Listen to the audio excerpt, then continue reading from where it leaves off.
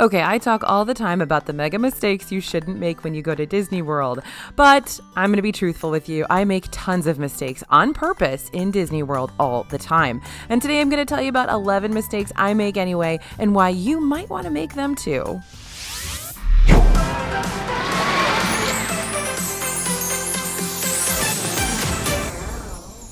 Hey everybody, it's AJ for Disney Food Blog, and yep, there are some tried and true pieces of advice that can really make your trip more enjoyable, more organized, and save you money. But let's be honest, when you're in the middle of the magic at Disney World, you're not in a bubble. You're still in the real world with tons of crowds, busy schedules, and family meltdowns, and sometimes it's just not convenient or practical or fun to follow all that advice. So you need to be flexible, you need to be nimble and ready for anything. So let's talk about making those mistakes on purpose and why you might want to do it. First up, planning every detail and then ditching those plans. You know, we talk about planning as a huge piece of your Disney World vacation, and you definitely still want to do it. But part of the magic of your Disney vacation are the discoveries that you make along the way. Now, you might stumble on a show or streetmosphere you didn't plan on. There's so much entertainment at Disney World going on at any given moment. You can't possibly schedule it all. Just yesterday, we were there for the Veterans Day ceremony in the Magic Kingdom, which was so touching and so cool and so fun to see. And honestly, if you'd planned your trip to the Magic Kingdom that day, not knowing that was going to happen, you may not have the opportunity to see it. And it's really a wonderful ceremony. So things like that might come up and might sort of destroy your plans. And you know what? That's okay. You guys need to do what's best for you when you're in the moment. Because a lot of this cool stuff isn't even necessarily on a times guide or promoted at all. It's just spontaneous experiences that just sort of happen. Good example, just having a good time at Rose and Crown and Carol the pianist comes out, or you're lucky enough to experience Carl the bartender. Leave your plans open enough to give yourself some time to just explore the parks. You could spend an entire day taking in all those Imagineering details around Animal Kingdom, or just searching for hidden Mickeys in the resorts. Who knows? And you also don't know what your kids and your family are going to start to love about Disney World. So if things start to emerge that you guys are loving as a family and you don't want to do all the other plans, you'd rather just go back to Magic Kingdom every day or something like that, keep the availability open to do that, and know that it's totally okay to make the mistake of ditching your plans that you spent 180 days doing. Now, if you do ditch your plans, be wary of the dining reservations because you are charged a no-show fee of $10 a person if you don't show up for your dining reservation. So if you're someone who prefers to live in the moment, forego some of those dining reservations. There's plenty of underrated restaurants around Disney World that often do have last-minute availability. And if you're a family that gets to go to Disney multiple times or go back every year, there's always something new to discover, and there's no way to see it all in one trip or even 10 trips. So pick your must-dos, your top adventures, and let everything else be the cherry on top. Next mistake I make on purpose all the time, not using my Magic Band to pay for things. If you're staying in a Disney World resort, you can link a credit card or debit card to your Magic Band and essentially charge everything to your room, which can be super convenient. But it definitely does separate you from your budget and easily lead to overspending. So there's plenty of times we actually prefer to not use the Magic Band.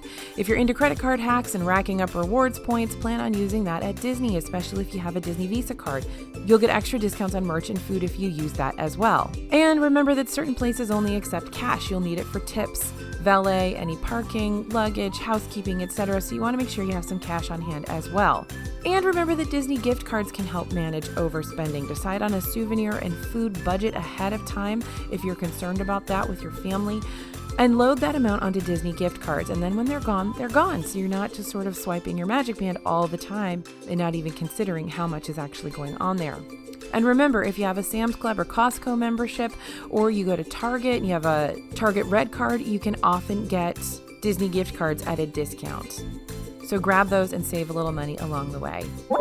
Okay, next mistake I make all the time in Disney World is going for classic snacks or beloved snacks instead of eating all the new stuff. So Disney World is a food paradise, I know.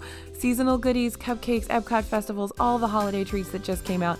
It can seem like a never-ending chase to find the newest, coolest, most unique item, and that's my job. That's what I do for a living. But I have to admit, there are more times than I'd like to say that I actually go back and get my favorites. I shouldn't do it because I need to save my stomach space and my money to buy new stuff to show to you guys. But there's stuff that I absolutely love and I go back for time and time again. And sometimes those old standbys are the best, and it's okay if you don't want to try something new every time you're in Disney World and you just want to relive the memories that you had the last time you were there. Sometimes I sneak over for a pineapple upside down cake with Dole Whip at Aloha Isle. I always get that carrot cake cookie in Hollywood Studios, the peanut butter pie at Contemporary. Those are some of the favorite times of my trip. Some things are just too good, and I keep going back even when I should be trying new things. So again, there's nothing wrong with sticking to your favorites. If you really want to have a Mickey bar multiple times on your trip, go for it, man. It's your vacation. So even if you get those in your grocery store freezer, yeah, you totally can, FYI, we still think there's something special about having it in the park that makes it taste better. So plan ahead to get the new things, but maybe go back for your favorites as well.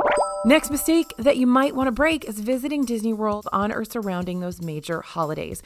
And yes, the crowds can be a major bummer, and we always advise not going to Disney on those 3-day weekends, the holiday break, summertime, spring break. But the truth is that Disney knows those are going to be busy times, and so they introduce lots of new opportunities during those time frames that you can't get any other time of the year. For example, those Christmas seasonal treats, the seasonal merch, those holiday shows, Epcot festivals, gingerbread displays at the resorts, hard ticket event parties, things like that. A lot of that stuff only pop up during the busiest times at Disney World. So if you want to experience those things, you're going to have to go during those busy times.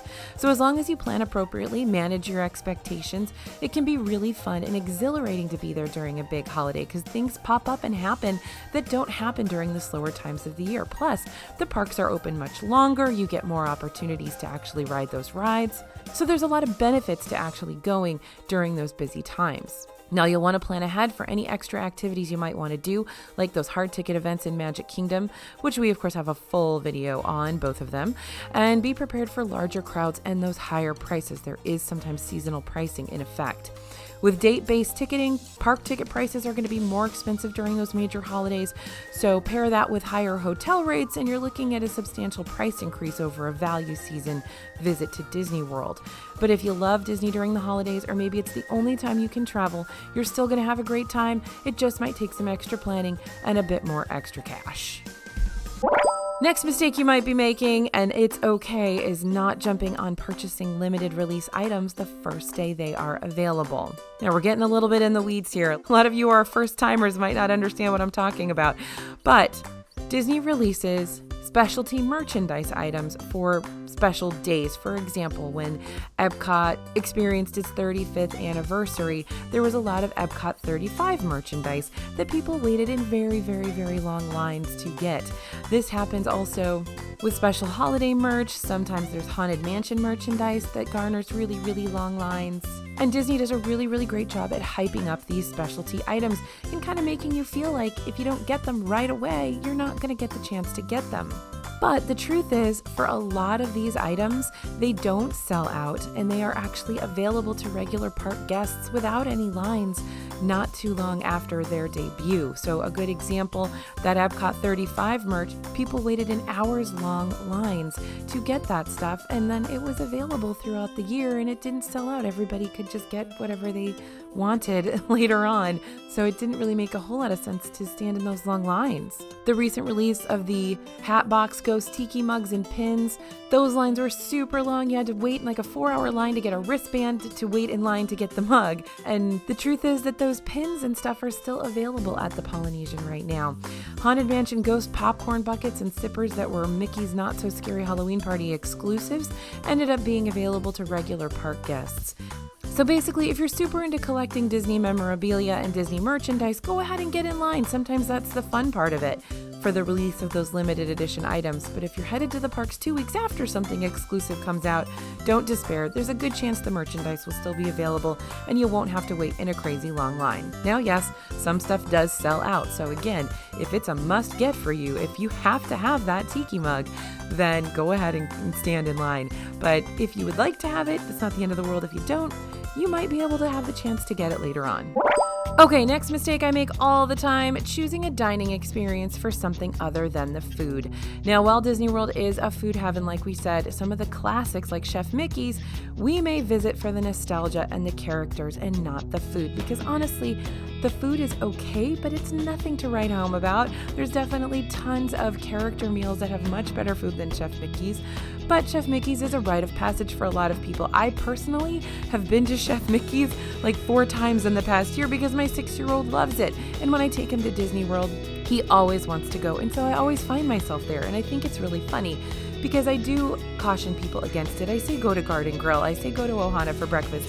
You're still going to see Mickey. You're going to have a great experience. You're not going to have to go up to a buffet. It's a family style meal, etc., etc., etc.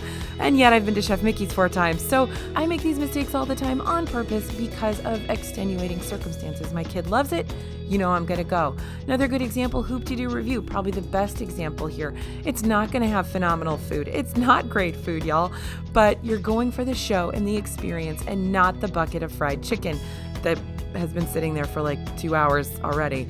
For that reason, we recommend sitting in category 1 or 2 seating all the time. It might be a bit more expensive, but the cheaper category 3 is going to be up on the balcony with obstructed views and you're like spun around. It's really weird. So if you're not getting the full experience of Hoop-Dee-Doo, you definitely don't want to go just for the food. So book that 1 or 2 category seating if you can.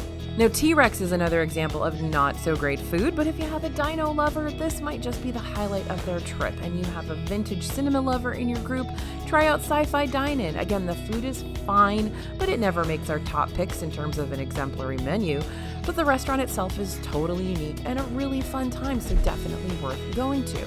So there's lots of examples of these reasons why you would book the restaurant even though the food isn't going to be excellent or even really worth the money. The experience itself is going to be worth your money for those restaurants. Or again, maybe you have a 6-year-old who loves Chef Mickey's, so even though the experience isn't worth the money, you're going to go because that person in your family loves it. Okay, next mistake that I make all the time, scheduling FastPasses for the evening. One of our top tips, as you know, that shockingly not a lot of people know about is the ability to book more than your 3 pre-booked FastPass selections. After you use up those initial 3 that you booked in advance, you'll be able to select more FastPasses one at a time for as long as there's FastPass times available. For that reason, you're going to want to schedule your FastPasses earlier in the day as a general rule so you can use them and then pick some more. The best time to schedule FastPasses is going to be a little bit later in the morning and into the early afternoon. This is when the parks are going to be the busiest, and of course you can get on a lot of those FastPass rides first thing in the morning. So ride those rides first thing in the morning, then use your FastPasses late morning and midday. But there's so much to do outside the parks. Maybe you want a morning or afternoon at your home resort. Maybe you want to visit a water park in the morning or Disney Springs. In that case, schedule those FastPasses in the evening so you can guarantee you get to ride your favorite rides when you do get to the park. And also, a lot of times, those super popular rides like Slinky Dog Dash, Flight of Passage, you're only going to get evening FastPasses for them because those are going to sell out real quickly in the mornings. So if that's your must-do ride or die, then you go ahead and book that FastPass even at 8 o'clock at night, just to make sure you get on that ride. Next thing I mess up all the time in Disney World on purpose is neglecting to use that free Disney World transportation. Most of the time I'm super late, or sometimes I just would rather get someplace faster than what I know Disney transportation is going to allow. So I cough up the money for the ride share, the taxi, the minivan, and minivans are so helpful if you're running late to a dinner reservation or you're traveling from resort to resort and don't want to spend the time transferring at a park. You just want to get to your dinner or breakfast reservation, and don't forget minivans will drop you off directly at the Magic Kingdom, not at Transportation and Ticket Center. So that's a benefit of the minivan over other ride shares or taxi services. And it's true that Disney transportation can take a long time. Nobody likes to wait for buses or wait on buses, but it's definitely getting better with those USB chargers, real-time waits on My Disney Experience. You can check your bus wait, like when the buses are going to get there. More options like the Skyliner are definitely improving the overall transportation scene. So if transportation being super convenient and easy is a big deal for you, then choose resorts based on where their strengths are in transportation and how it works for your trip priorities. For example, if you plan to spend a lot of time at Magic Kingdom, try to stay at a monorail line resort. If the plan is to be at Epcot's Food and Wine Festival, stay at a boardwalk area resort so you can just walk into the park. If you don't want to waste a ton of time on transportation, then avoid resorts where you have to utilize an internal bus system. So big resorts that have multiple bus stops that you'll have to stop on your way to and from the parks, like Coronado Springs and Old Key West. But if budget is a priority, you're going to want to use Magical Express to get to and from the airport. There are usually multiple resort stops when using Magical Express, and the pickup time heading back to the airport is about 3 hours before your scheduled flight time. Sometimes we really just want that extra time in the parks before we head home, especially if it's a night flight, and we'll shell out the cash for a ride share to the airport. So yeah, using Disney World's free transportation, that's going to save you a ton of money, and it is actually very convenient, but it does take a lot of time and it can eat into your Disney World vacation. And remember, time is money in Disney World. So think about if it makes sense, if you're running late, if you want to get somewhere faster, to spend money on a rideshare instead of taking Disney transportation. And also consider if it makes sense for your family to rent a car while you're there. That can get you to and from the airport. But remember, if you're going to do that, Disney resorts do charge for parking now for overnight parking guests. So that's going to be an extra cost on top of your regular budget. The next mistake I make all the time, going to a very late dinner because that's the only time available for an advanced dining reservation. Now, a lot of times we do recommend going ahead and getting your advanced dining reservation earlier than the regular dining time because that opens up your evenings to ride rides and have experiences without the crowds because everybody's at dinner. But if that's the only time the advanced dining reservation is available for your hard to get reservation that you really want to go to, then go ahead and do it and adjust your schedule in the morning. Take it a little bit more easy in the morning or ride all those rides in the morning and then have your evening open for dinner. Now, here's a couple bonuses about doing late night dining reservations. If it's a night when the fireworks are late, it might be the best time to dine at places like California Grill or Ohana, where you're going to see those fireworks right from your restaurant. And at character meals, going really late also means that a lot of kiddos are in bed, so you may have an audience with all the characters and get really great photos. This happened to me at Crystal Palace. It was right before closing time, and there was really nobody else in the restaurant. We were the last ones there, and so all the characters came out and took pictures with us, all 4 characters, which you guys know you never get at Crystal Palace because the characters are usually 2 on one side, 2 on the other side. They're never all together. So that was really fun that we got the chance to do that. So when all the kiddos are in bed, those character meals usually start to empty out. So the late night might be the best time to really meet those characters and get some fun photo ops. And also, if there's less of a crowd, you're likely going to have a more relaxed dining experience, more personal attention from your server, and that's always a plus in our book. So no worries if you need to schedule that late ADR. That's definitely a mistake you're going to want to make for those specific reasons. That's the only ADR you can get. You want to experience fun character interaction when nobody else is there, or you want a little bit more relaxed dining experience there at the end of the night. Next mistake I make all the time, and I think you guys probably do too, is waiting until the end of the fireworks to exit the park. Yeah, you could get stuck in a major cluster of thousands of exhausted guests when you try to leave right after the fireworks. Everybody empties out of the park. It's a major traffic jam. You're just shuffling along, and it's a big waste of time. That's why we recommend you don't do it. But if seeing a specific fireworks show is a priority for you or your family, you're going to want to see the grand finale. Now remember, if you do want to stay till the end of the fireworks, shops will stay open after the fireworks, so take your time heading down Main Street, pop in to pick up your souvenirs then, as most people will be booking it out of the park. So get your souvenirs after the park closes instead of spending time earlier in the day picking up your souvenirs. And if you take your time leaving Magic Kingdom, you might also get to experience something very few guests see, which is the Kiss Goodnight. It's a really cute little castle show that thanks you for visiting the park and essentially means that the park is officially closed and you should start heading to the exit. But it's a really cute show that a lot of people don't get to see. Now, this is a great time to take pictures, as crowds will have thinned out, so you can get some really great nighttime castle shots. And if fireworks aren't your thing, hop in line for a ride just as the fireworks end. If you're in line before the park closes, you'll get to ride, and often wait times are shorter than advertised at the end of the night, so definitely a good opportunity. And the last mistake we make all the time on purpose is arriving to the parks late in the morning. Yeah, we always tell you to get to the parks early so that you can ride those rides before you even have to use up your FastPasses. And yeah, you can accomplish a ton in the park if you wake up and are there at 6 a.m. But getting a late start to the day could make a lot more sense for you and your family. First up, if you guys are late sleepers, you need that extra sleep in order to be functional during the day, go for it. You can schedule your FastPasses appropriately, plan to use those late night park hours, or maybe sign up for something like an after hours event. If you need your sleep, go for it. That's something that's extremely important to a happy Disney World vacation. And also, if you happen to get a late start, that might mean you get to stay at the parks a little bit later. So if you guys are sleeping late and going to bed a little bit later than everybody else, you can explore those parks at night, which is really, really fun. A lot of people don't get the chance to do that. So if you are doing that, there are some great places to consider. Disney Springs has a lot of great late night opportunities. STK is open till 2 a.m. on the weekends. Morimoto Asia serves food until 1 a.m. on most nights. They have amazing ramen. It's super, super good. Don't forget, you can head over to Trader Sam's in the Polynesian Village Resort, open till midnight. Abracadabar over on the boardwalk is a cute one to check out. You can go do karaoke at Kimonos at the Swan. That's super fun. So there's lots of things to do in the evening. And of course, a lot of those parks do stay open later, so you can check out those rides and hop in those lines at the end of the night. So if you need to sleep in, if you need to get a late start, if your kid's having a day and you just need to take some time, that's absolutely fine. Don't worry about making that mistake and don't let it ruin your day. All right, so there's a whole bunch of mistakes that I make on purpose in Walt Disney World all the time. I'm betting you guys need to make those mistakes sometimes too. So hopefully this has helped you realize the benefits to making them and some reasons why you might need to make those mistakes in Walt Disney World. As always, you guys, thanks for listening and thanks for watching. We'd love to hear your comments. We want to know what you think about this particular video. Do you make these mistakes in Disney World on purpose? We want to hear your stories specifically. It really helps the rest of our subscribers when they get to see your stories in the comments. This is AJ for Disney Food Blog, and we'll see you real soon.